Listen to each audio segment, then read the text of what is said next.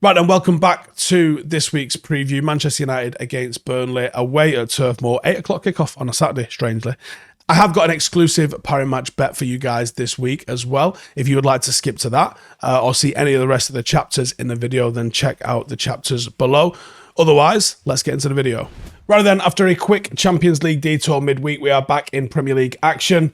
And we have a run of games that are winnable games for us. So we want to see Manchester United go and win those games. I'm not going to say they're must win, but they certainly must not lose.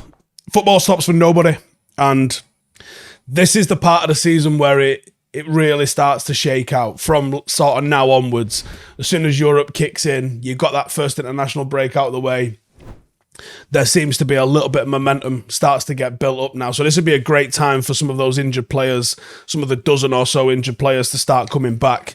It's definitely a time to try and get a little bit more positivity into United, especially if some of these, I'm going to presume some of these players are coming back. And if they're not back for this game, the subsequent games they will be back for. But I think we are going to find out exactly what we're made of as a team. We've had a tricky run of games. You know, Arsenal, Brighton, Bayern was a tough run of games for anybody. And with the dozen or so players missing that we had, I wouldn't have expected to get 0 points out of it, but I wouldn't have expected to get 9 points out of it all the same. So it's been a bit of a test up to now. But I think now's the time when we can start actually making some tracks ourselves and start putting together who and what we're about, particularly if Amrabat does manage to become available. It's a little bit up in the air. I know by the time that this video comes out, there might have been a press conference that has given you some details, but I'm going off what's out there at the time of recording. So, situation at the moment, United are in the mud, and it does not feel good whatsoever. You've got a 3-1 loss to Brighton, 3-1 loss to Arsenal, and then also the loss against Bayern midweek as well. But Burnley are yet to win a game this season. And United are undefeated in 15 of the last 16 matches against Burnley in all competitions. They're coming off the back of a 1-1 draw to Nottingham Forest, which saw a red card delivered to Lyle Foster late in extra time. But I was watching the game. Don't know why I found myself rooting for Forest. I just want Burnley to not win a game. And actually wouldn't have minded if they carried on losing the game, in all honesty.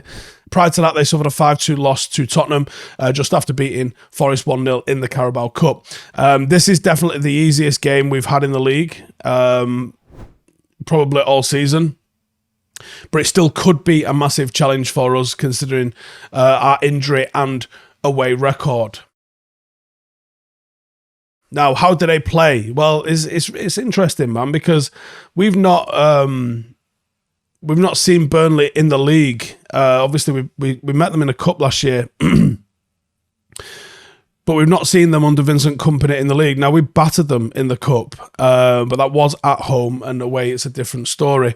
But since bringing in Kompany, Burnley have undergone a sensational transformation. Now, he's brought in a unbelievable number of players to do that. Not at great expense, but the personnel matters. The attitude, the player profile, that matters when you're trying to change the makeup of a team and how it plays. And it is as far away from a Sean Dyche team as it's possible to be at the moment.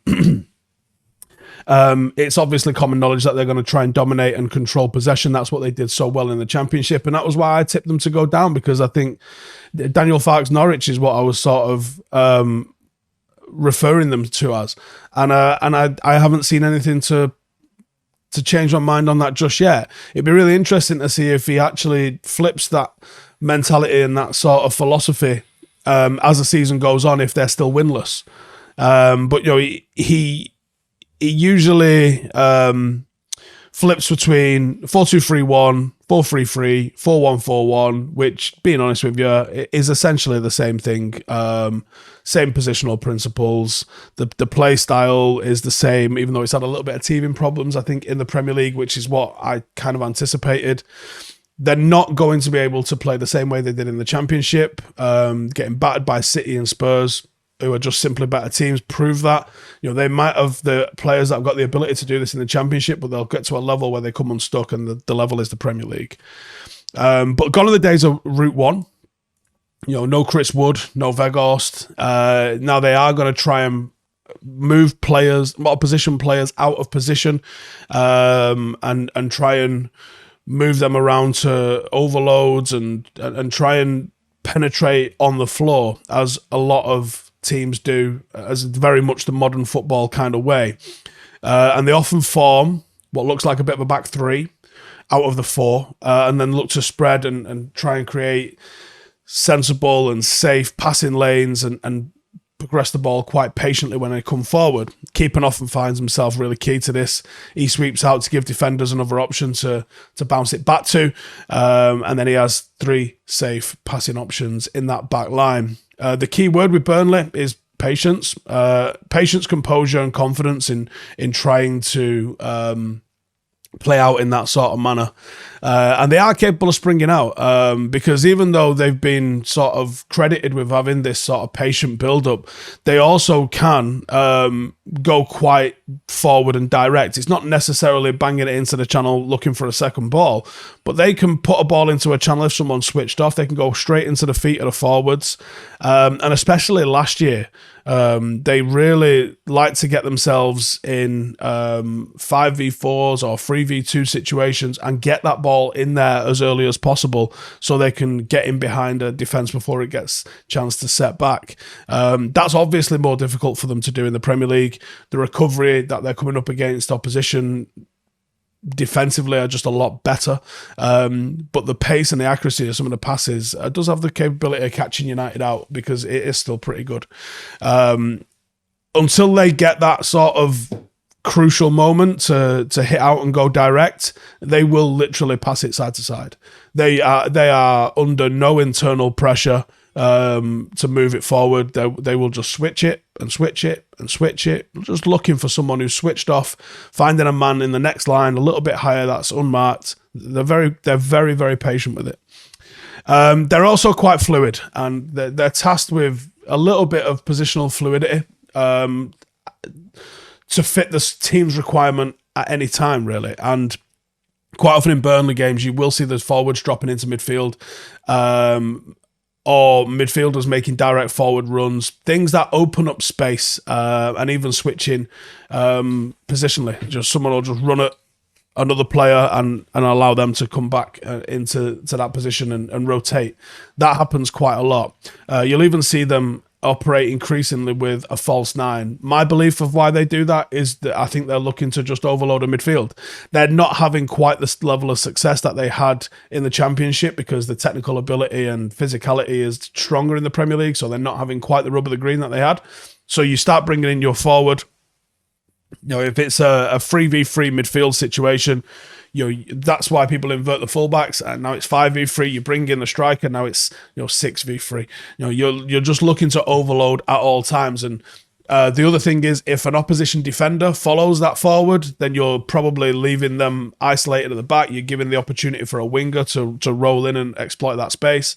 So you will quite often see, certainly a back two won't follow a forward who's dropping off into like a false 9 position. They will stay, because they want to make sure that the first thing you're trying to defend is the centre of the pitch in the back line, outwards from there. So you're not going to allow your centre halves to get dragged out of position. That you're hoping that a bit of communication, they'll pass him on to someone. But if you've only got 3 in midfield and your forwards haven't worked back the other way, you are going to get overloaded. So it's a really powerful tool for a striker to start high, come in and drop into midfield, probably not picked up because your 6s are maybe already dealing with your 2 midfielders. It's a very easy way to find someone that you can find to get a ball into. So Burnley are looking to drag your defence out of position. That's one of the things that's really key for them, and it's easy to see why company likes them to do that, because when you've got rotations, when you've got overloads, when you've got stuff like that, and especially when people are not rigid in their position, like sometimes the left winger is the forward. Do I follow him? Do I not follow him? Sometimes, the number 10 might go into the back line while the striker drops off. Am I supposed to stay with a 10? Like, it can be a bit of a nightmare if your defence doesn't have the communication or the confidence to be able to deal with it. Starting 11, I think, is going to look a little bit like this. And star man, I think, is going to be Zeki Abdouni. He's coming off that absolute worldie of a volley against Forest. Deceptively really good dribbler and ball carrier, he's also got a bit of a burst of speed with him as well. He's got 2 pretty good feet, which means he can go on the outside or the inside, which is a nightmare to defend against. He's got variety and unpredictability in his game. He can lead the line, he can play off either wing, and he really suits that sort of fluid rotational forward line that companies started to build up. He is an attacker that can impact the game as a creator, a dribbler, or someone who can score a goal. For United,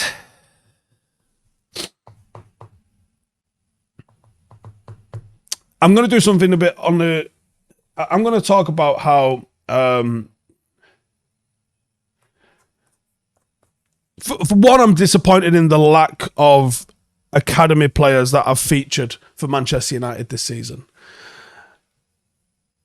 And then I'm going to tell you that I think that there are 4 who could have an impact in this game against Burnley. So my starting 11 for United, again, massive caveat with injuries and the likelihood of him throwing all of these lot into the team at once. I think he's a bit on the lower side unless he's overcooked just quite how close they were to fitness. Maybe he's tried to spin a yarn with quite how ready everyone is to come and play. So that's a possibility. I think that there's a chance they're closer to fitness and he was downplaying it a touch. That's my gut instinct. And it's also something I'm hoping, which maybe means I'm projecting it. My starting 11, I think Onana. I think the back 4 will be Reguilon, Dalot, Varane and Martinez. I think we look so much better and more composed with Varane back in the team. I think it'll elevate Martinez. It elevates the options that Onana's got to play out to. And I think it might help midfield as well. Casemiro alongside Amrabat. And that one, Amrabat, circle him. Amrabat could be such a key to us because it's the legs and the progression that we have lacked in the centre of the park. So he can be a massive, massive thing. And the thing is, this could still be Eriksen. This could still be McTominay. This could even still be Mount. And Varane could just as easily be Lindelof. So, there's... Depending on the fitness of the players, this could go left or right a little bit. The forward 3 in front of that pair of 6s of Amrabat and Casemiro then. Rashford on the left, Bruno in the middle, Mount off the right. He's played wide forward a few times. Not often, I think 8 times off the right, but it's more than most. And it also brings in a player that's going to help in tricky situations. Burnley are still difficult to figure out defensively. And they've not been great defensively. So it's not something that's easy to sort of pigeonhole into how you're going to beat them. But I understand I'm throwing 3 players returning to fitness into the starting 11. But it's what I'm doing because I think desperate times require desperate measures. And I think United need desperately to get a win on the board.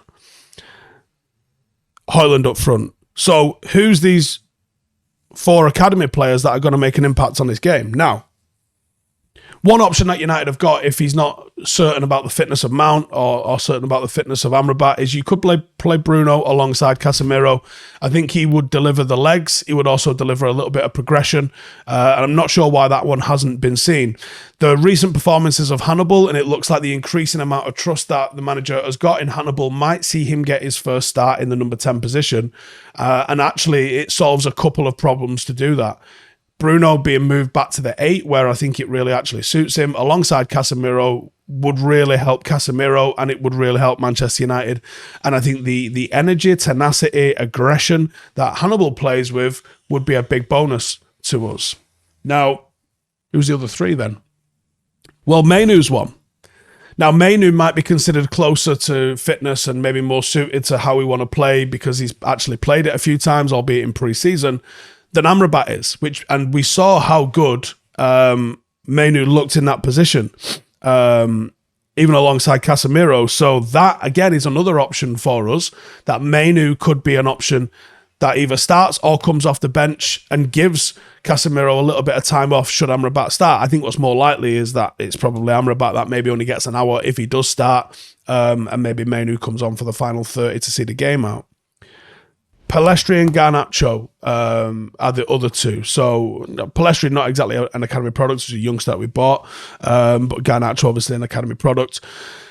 These are two players that you could look at potentially starting, probably off the right. If not, after an hour, 65 minutes, I would expect one or both of those to be coming on, hopefully not to break a deadlock, but to maybe see a game out. It's increasingly becoming about how and when you use your substitutes. And I think we've been so devoid of options off the bench from the start of this season that actually having some options off the bench that the manager does trust, and we know that he does trust these players, I think that might start to see something for United. And even if we started with Pellistri and maybe Mount gets 30 minutes, the only cover that we don't really have is, and certainly not a youngster that we could play there, is over Varane. But otherwise, this for me is how you're supposed to utilise the squad. You're supposed to backfill the first team with academy products and then give them the opportunity. If they overtake a first team player, guess what? You're not a first team player. That's how it's supposed to work. So that's what I see as being a big option. I think the youngsters are going to have a big say in this game and potentially in the next couple of months, actually, because there's some real genuine talent in there. Hannibal and Mainoo, Garnacho, like there's really, really high ceiling players in there. They just need the games to develop, and then we will see what happens with them. I'm going to say the match winner for United in this, because of there's such a confusion about who's going to do what, I think it'll be Højlund. I think Højlund will be the match winner. I think he started really, really brightly, but he's not had a chance to really dominate a game yet. He's not had a load of chances where he's really shocked an opponent, and I think that's coming. And I can see, I could start to see it a little bit against Bayern, and I don't think Burnley are quite on the same level as Bayern. And I think there will be chances that come our way with Dalot and Reguilon giving a little bit of a width the way they have been doing. I like it. And I think with Dalot and Reguilon, I think you're going to see a headed goal from Højlund this week. And I also think you might see an over-the-top one where we really get to see his in-behind threat and his in-behind pace. So I think Højlund is going to be a big, big threat in this particular fixture. So as I mentioned at the start of the video, this preview is brought to you by our partners at Parimatch UK, and we have got something very special for you. How would you like to win a £50 free bet? Parimatch UK have recently launched their free-to-play prediction game, Hat Trick Hunt. Each week you will get the chance to predict 3 scores from the Premier League with free rewards for each correct prediction that you make. Get all 3 correct and you'll get a £50 free bet. It's that simple. This week I'm going for United 2, Burnley 0. Reason for that, I think Burnley are... They're a threat, and as you've just seen throughout the entire preview here, they've got ways and means to hurt you. But I think United are just about due a bounce back, and I think a couple of goals can be scored here from United, but a big clean sheet, and I think that'd be really important if we're able to get that. So I'm going 2-0 United in this one. I think 3-2 Spurs in the North London derby, because I'm very impressed with Postecoglou, the way they're playing at the moment. Arsenal are proper feeling themselves because it's Arsenal and they get carried away in it, and I think it's a little bit of a reality check incoming for those. They have been very good at home, but I think Spurs are going to take a little bit more of the ball, and I think they'll get some goals in there as well. They've been very good looking there, Spurs. And I think the way Chelsea have struggled, I'm going to go 1-0 Villa. Obviously, they've got a ton of players, they've got a ton of injuries. They've only won, 4 games in 2023, Chelsea? So I think that their poor form isn't quite ready to turn around just yet. I think Potter's still struggling with sorting out who he thinks the 11 is going to be. And I think there's a way of grinding out a result that Emery's got in his locker that I don't think Chelsea are quite ready for. So even though I think a lot of people will have Chelsea as a favourite at home, I'm just going to buck the trend a little bit. I'm going to go 1-0 Aston Villa in this one. Let me know what you think about those predictions. Give us your predictions in the comments as well. If you'd like to get involved, click the link below. It's free to play. You can get a free £50 bet if you manage to get the scores correct. You do have to be over 18 to play. Full T's and C's do apply. Thank you to Parimatch UK for sponsoring this video. Let's look at how we can actually beat Burnley and maybe get that 2-0 win ourselves. So first up, I think it's got to be concentration. There's been so many times this season that the lapses in concentration, whether it's through jogging, whether it's through allowing opposition players to break free, not correctly communicating or marking what's going on, we've been quite easy to play against at times. And I think we have to have the players a bit more focused. And I think they have to be a lot more concentrated than they have been in recent times, because that's where we've been losing games. And it's important that we don't lose games before we try and win them. And I think concentration, certainly defensive concentration, will be a big one. Secondly, overloaded. Even though Burnley are a million times better in possession than they were under Dyche, you can't convince yourself this is comparable to playing Brighton or Arsenal or Bayern Munich of recent weeks, or or like Manchester City or whatever. They're just not there. They're not at that level of quality yet. They're good for what they were, and they're good for the Championship. They're not good for the Premier League. They might get there, but this weekend they're not that. So if you overload them and you press them, they're gonna spill the ball up for you. If you force them to not be patient, you can be patient when no one's pressing you. You can't be patient when people are absolutely haring down on you. Force mistakes out of them. Know that you're better, you're technically than them, and force them to make the mistakes. We have got some of the quickest players out there. Using our defensive edge and pressing ability, if we actually bother our asses to do it, especially if you've introduced Højlund and that's leveled up that. If you bring Mount, we know Mount presses. You bring in Amrabat as well, we know Amrabat's going to press. Like, it starts to get a little bit better, doesn't it? Every single player that comes back into the team's bringing a little bit more of that dynamism back to them. So we know we can do this. Pressing and making mistakes out of them is going to be the key to victory for United. And then have some possession with a purpose. United have been poor in possession all season, actually. And maybe Amrabat coming into the team alone helps United progress that ball with a little bit more poise and a little bit more composure. You can't sit around and waste opportunities on the ball. Spurs showed us that you can quickly turn this Burnley side over if you just make possession count. Scoring early would sort of set them in the here we go again kind of vibe. And I think that's what we're looking to try and do there. It's a massive opportunity for United to get our season back on track. And I think we really need to do that in the league right now. We're quite desperate for it. This is going to be a big test for us, but as the players start to come back, start to settle into the rhythm, start to play the way we know that they can play, I think we will be fine. So let's start fixing our away record and let's get things moving again. Let me know your score predictions in the comments. If you want to get involved with the Parimatch UK offer, it's in the link in the description, and I'll see you in the next one. Laters. Hey, thank you for watching the video. If you are new around these parts, then don't forget to subscribe. My channel is proudly supported by my community on Patreon. If you'd like to get a little bit of extra content, a Discord group, meetups, five-a-side games, weekly podcasts, behind the scenes, and even an occasional bit of transfer news as and when I get it, then for the price of a pint, you can show your appreciation for the content that we make and get some goodies for doing so as well. Check the link in the description or click the button right here. You'll also find all of my socials here too if you want to follow me on any of those platforms. Nice one.